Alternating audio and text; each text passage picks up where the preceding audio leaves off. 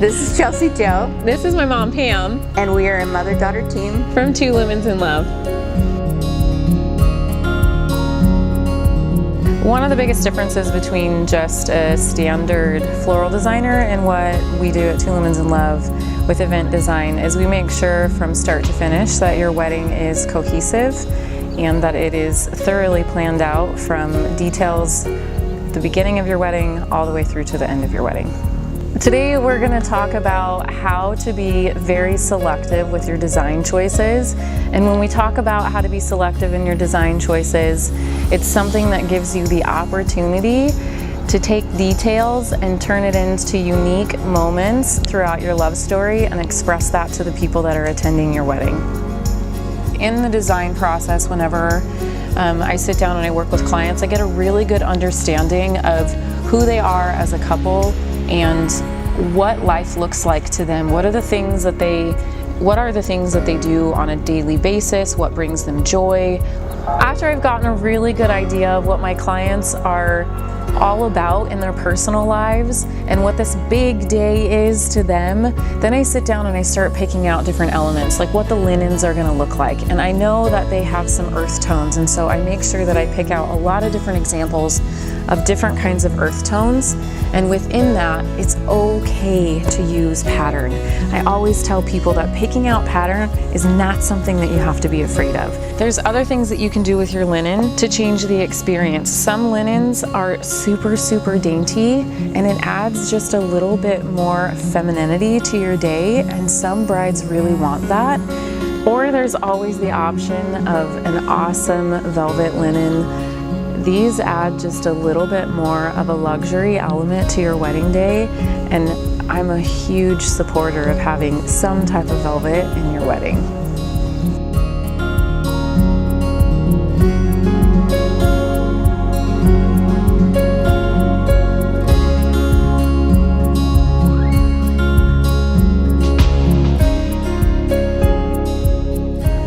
And I set up 3 different options of what you could potentially have on your wedding day. As you can see, each of them is layered in a different way, but you're still getting an overall feel for the same couple. So this table, this linen, these chairs, and our centerpieces all pair perfectly with 3 completely different options of a charger, your place setting, your napkin.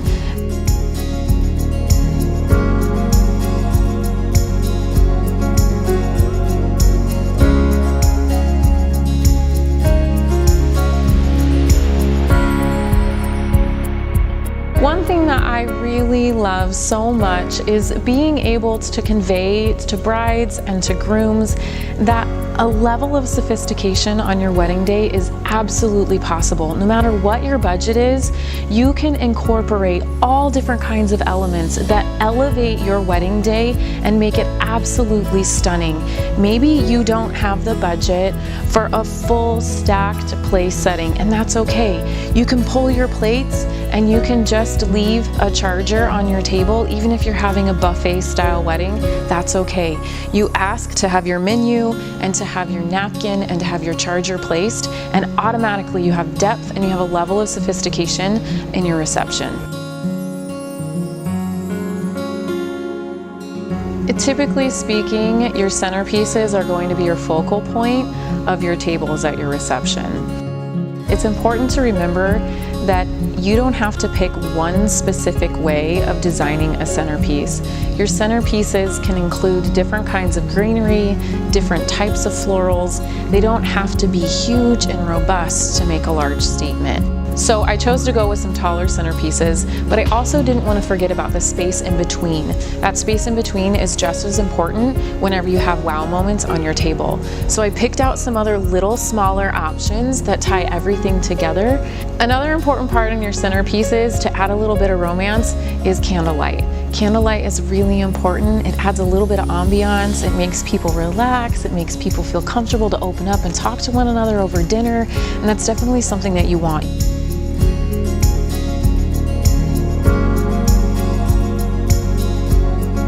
When couples come to me and they're really invested in the way their wedding day looks, I always make sure that I help them design vertically.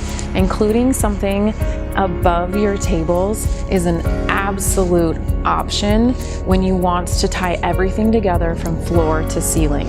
And when you tie everything together vertically in your venue, it automatically elevates your wedding day and gives a level of sophistication that's paralleled to nothing else. Whenever I chose to keep my centerpieces low on the table, I also chose to bring something that was framing that coming downward from the ceiling. When you step back and you look at this table overall, you can see perfect balance from top to bottom and from left to right.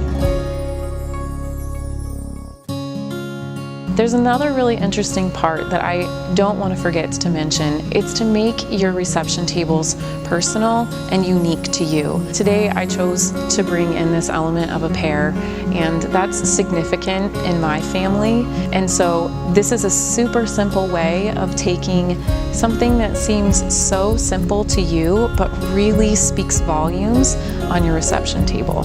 The reason why pears are so unique to us is because my 87-year-old grandmother, that is very much a part of our lives still, loves pears. She collects pears and she has them all over. And as I was going through and looking at different design choices to include on the table, I noticed that the colors were the same, and it reminded me of something that you would see when you're out in an orchard somewhere, or you're out picking pears, something for an old time's sake, something that was unique to our family, and I wanted to incorporate that.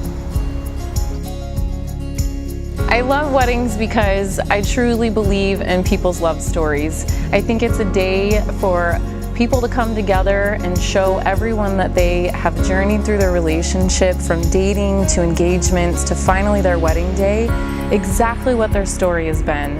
It's a moment, and such a short moment in the rest of their lives, to really celebrate what journey they're about to embark upon.